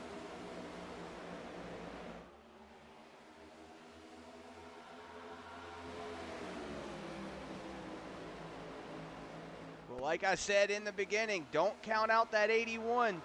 he can go all the way to the back of the field, and then there he is at the very end of the race. We'll see if that 81 has anything to say, or if he's just going to push that 31 to the race win. Whoa! It's back behind him. Everybody getting a little up into the wall. What? We're going to get the caution. No, we're not. White flag. No, we're not. Yeah, we are. White flag. Race is official. They're going to wreck. Coming to the...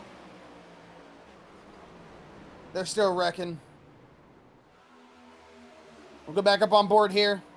We'll check that wreck after the race because this is going to be a race back to the checkered flag. This race is official right now. Steven Oberstadt, Joshua Susi. Will someone make the move? Zarfos to the outside, but it looks like that 07 going to stick down to the inside. Here comes Jonathan Coombs. Whoa, it is going to be Steven Oberstadt, Josh Susi, and William Brown going to take that third place from Jonathan Coombs. William Brown just came up and stole third place. Call the police because William Brown just stole third place. Man, what a finish right there. Did not expect it to say so tame there. But Chris, Steven Oberstadt, you got to say great job to him. Let's stay on board and let him do his burnout.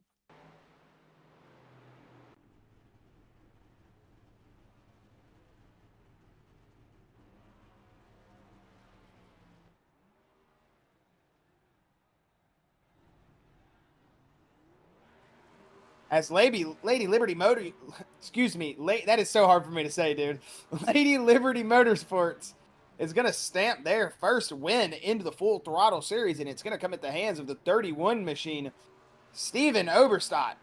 Man, 26th position starting. He's going to finish in that first position.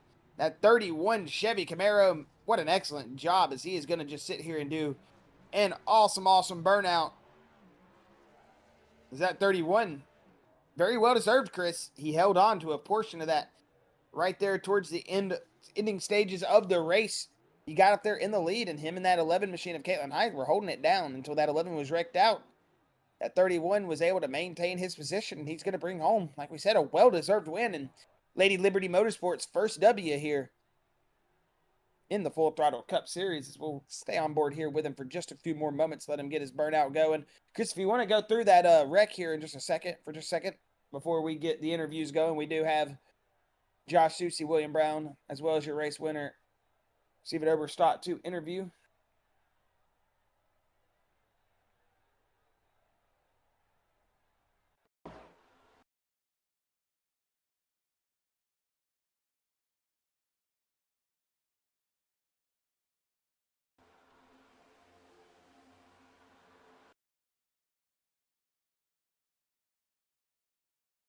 Yeah, it looks like you see the 91 of Tyler Isley, or excuse me, Brody Green, get bumped up into the wall, and then by the 26 there.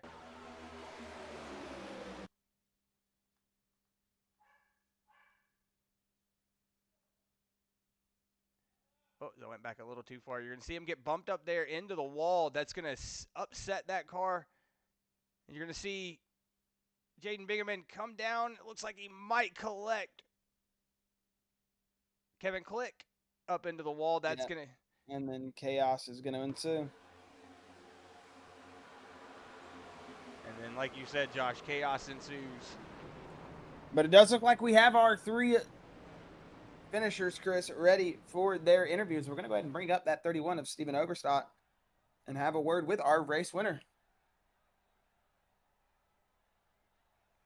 Steven Oberstadt, if we are saying your last name incorrect, you're more than welcome to correct us now. But, hey, this is your first time up here in the booth, man. You're bringing home Lady Liberty Motorsports, the first win in Full Throttle Cup Series.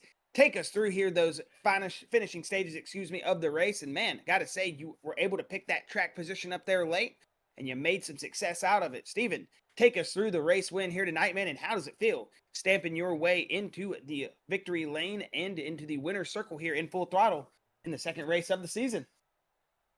It feels great. I mean, just trying to come in here and blend in with the team and, kind of feel everything out and mind my P's and Q's. Got a little lucky there on that green flag pit cycle. I was one of the last ones to pit, and then that yellow came out. So we cycled a lot of track position and just have a lot of really good teammates that are easy to draft with, and we keep our good game plan and are able to pretty much control the race and go from there. It definitely seemed like the teammates did come in help. All the affiliates with Nitro and all that. Those guys were pushing you. You had Caitlin pushing you there for a moment.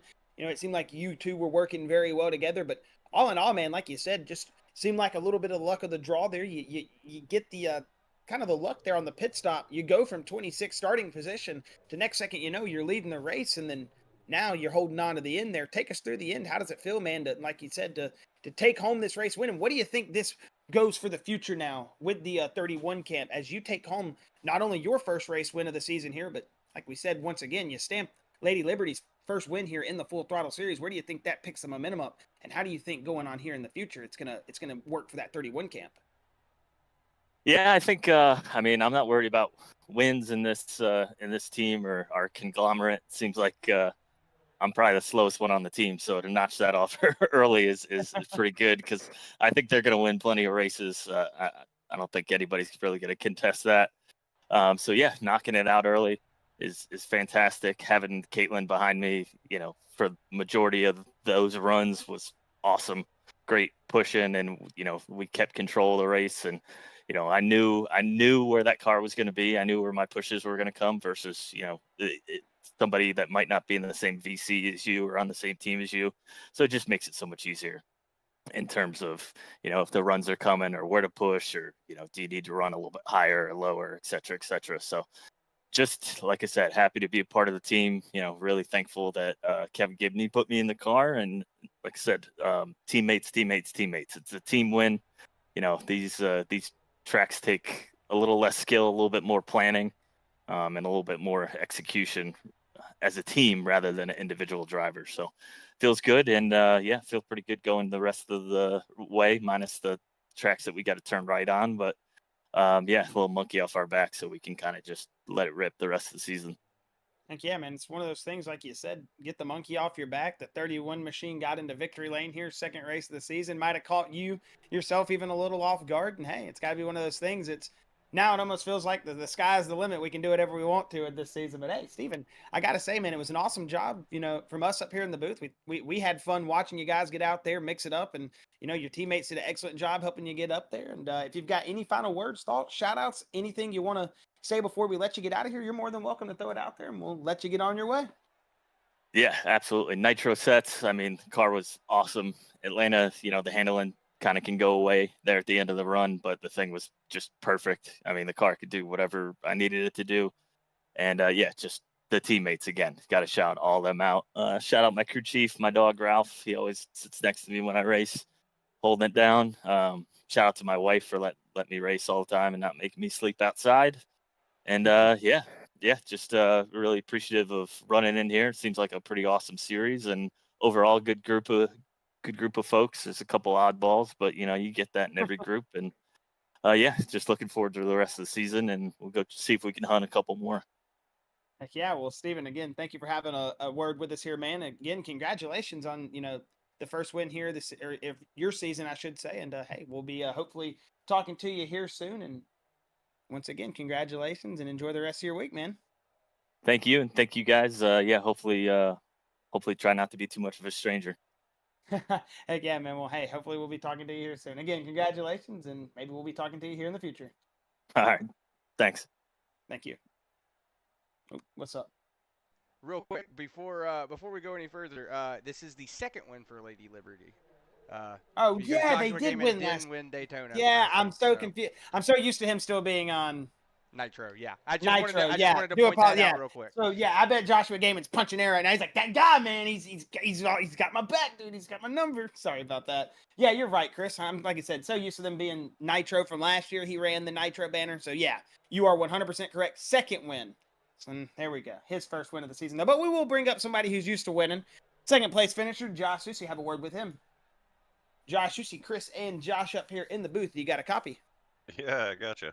Man, Josh. It seemed like it was going to be one of those nights there early that you were very dominant. The 81 Chevy was out front, and the Nitro team seemed just to be kind of in unison there, but right there towards that end of that green flag run where you pitted a little earlier than everybody else, it seemed once that caution came out, you got caught up there back in, I want to say about 26 something, whatever it was, but you worked your way back up to the field, man, and you got yourself back up here into this second position. We saw the big accident and everything happen there at the end, but take us through just what was going through your head once we got into that mid run there, and how did you work your way back here through the field and get into this second position?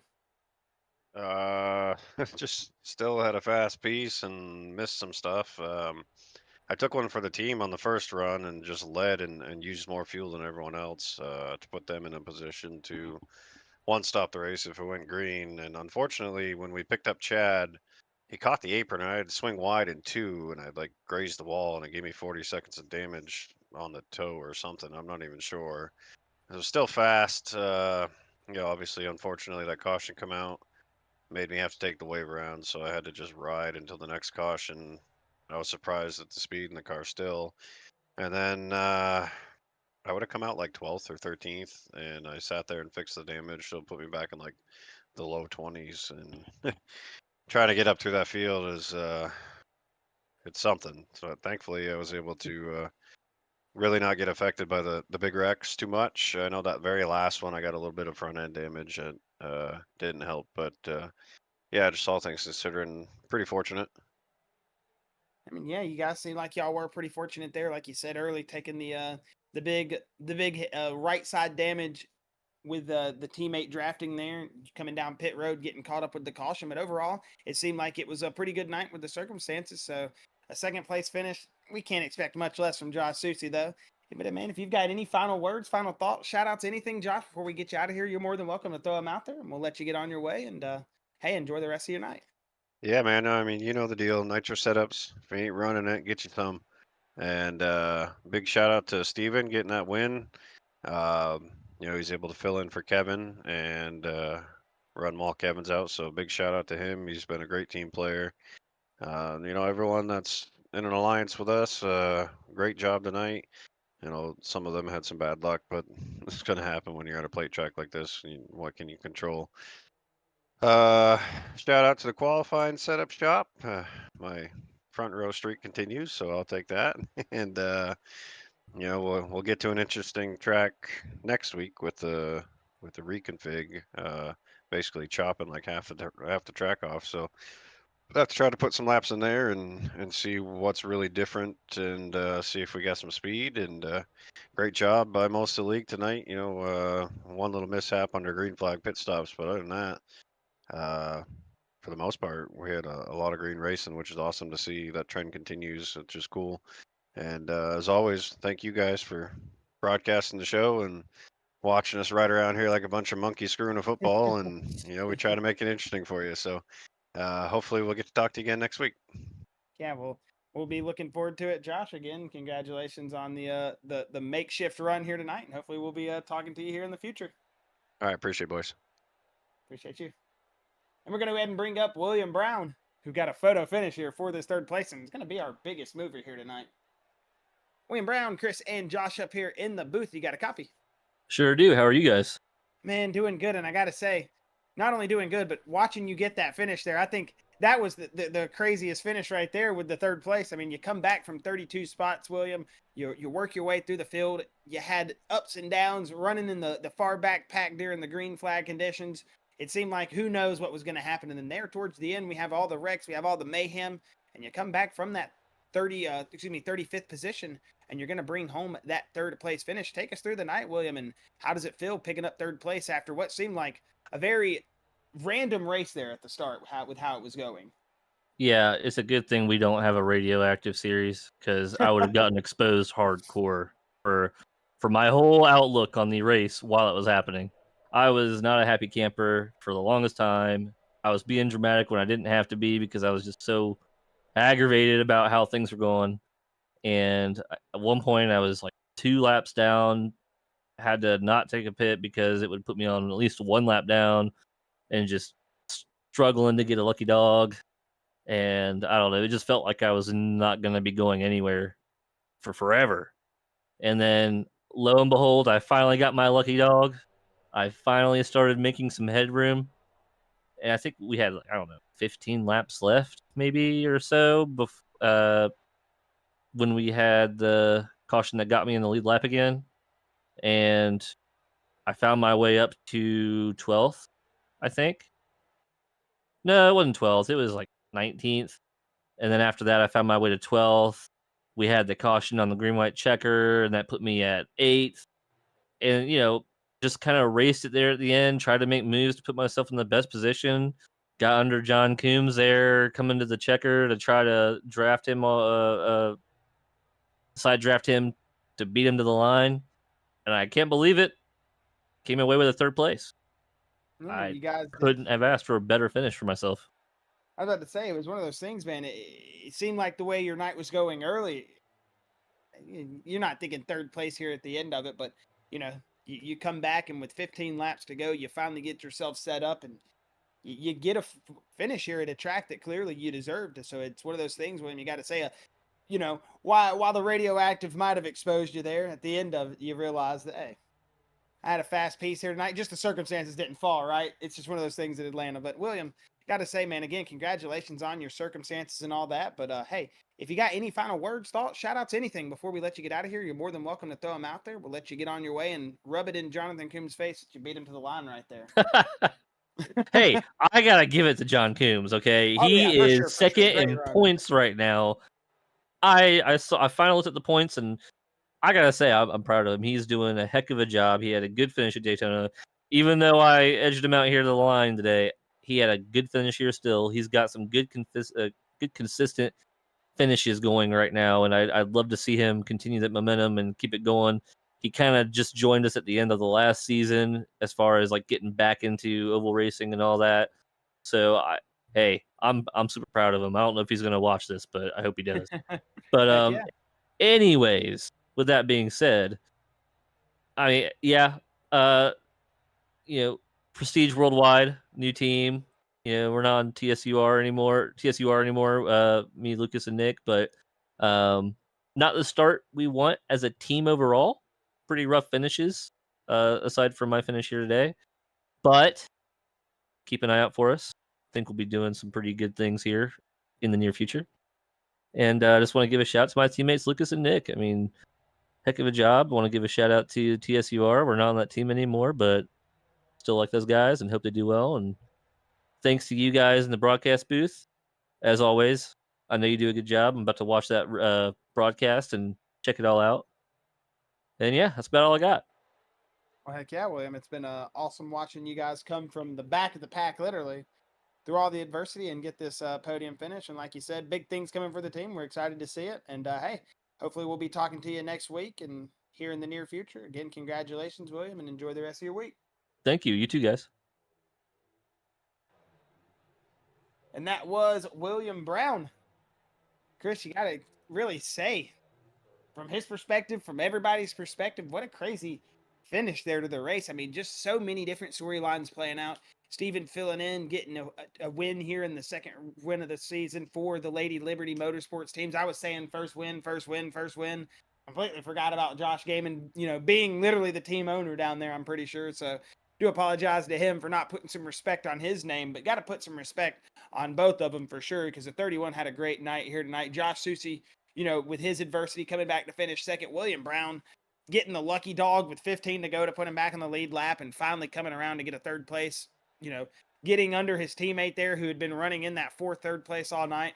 Just got to say, a really excellent finish, Chris, to a race that at the start didn't seem so chaotic, just kind of tame, a very tame Atlanta.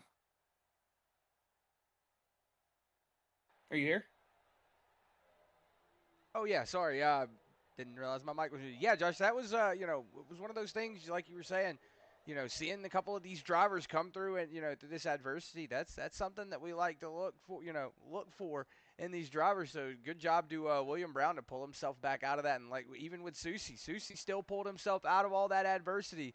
So like I was saying during the stream, you can never count out that 81. He's always going to be on top of it. Yeah, he's always going to be on top of it for sure, just like all these other drivers. It seemed like a great night here tonight.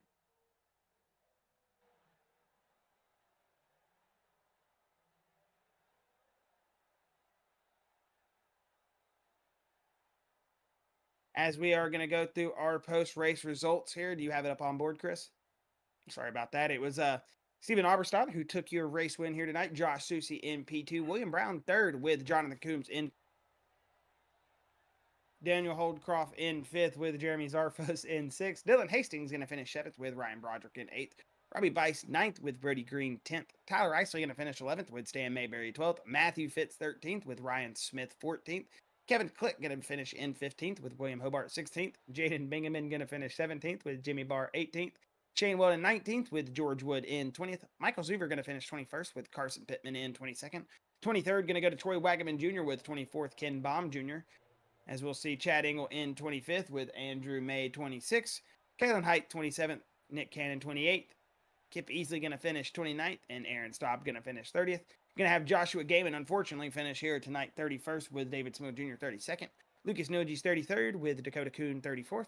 Tyler Rush going to finish 35th with Josh Markle 36th. Kyler McCarthy 37th. Ryan Sword 38th. And rounding out your field, Chris Lynn will finish in that 39th position. But I think that's going to be all from Chris and Josh, myself up here in the booth with the Full Throttle Cup Series. I got to say thank you. Chris, where do we race next week, actually? I think your I mic want is to say it's muted, at Chris. Coda. Yeah, I want to say it's at Coda. Oh, yeah, they did reconfig Coda. I forgot about that. I was wondering where he was talking about they reconfigged. I was like, where are we going? But, okay. Well, either way, we do hope to see you there next week. It's going to be fun. And either way, Wednesday night, it's going to be me and Chris up here in the booth with Full Throttle Cup Series Racing. Once again, saying thank you to the YouTube chat. We do appreciate everyone, the new followers out there, whoever you are. If you're just, sitting by watching, just randomly stumbled upon us and you've kept watching since the start of the race, we appreciate it. And we'll be hopefully seeing you at Coda next week. That's going to be all from Chris and Josh up here in the Full Throttle booth saying good night. And we hope to see you next week.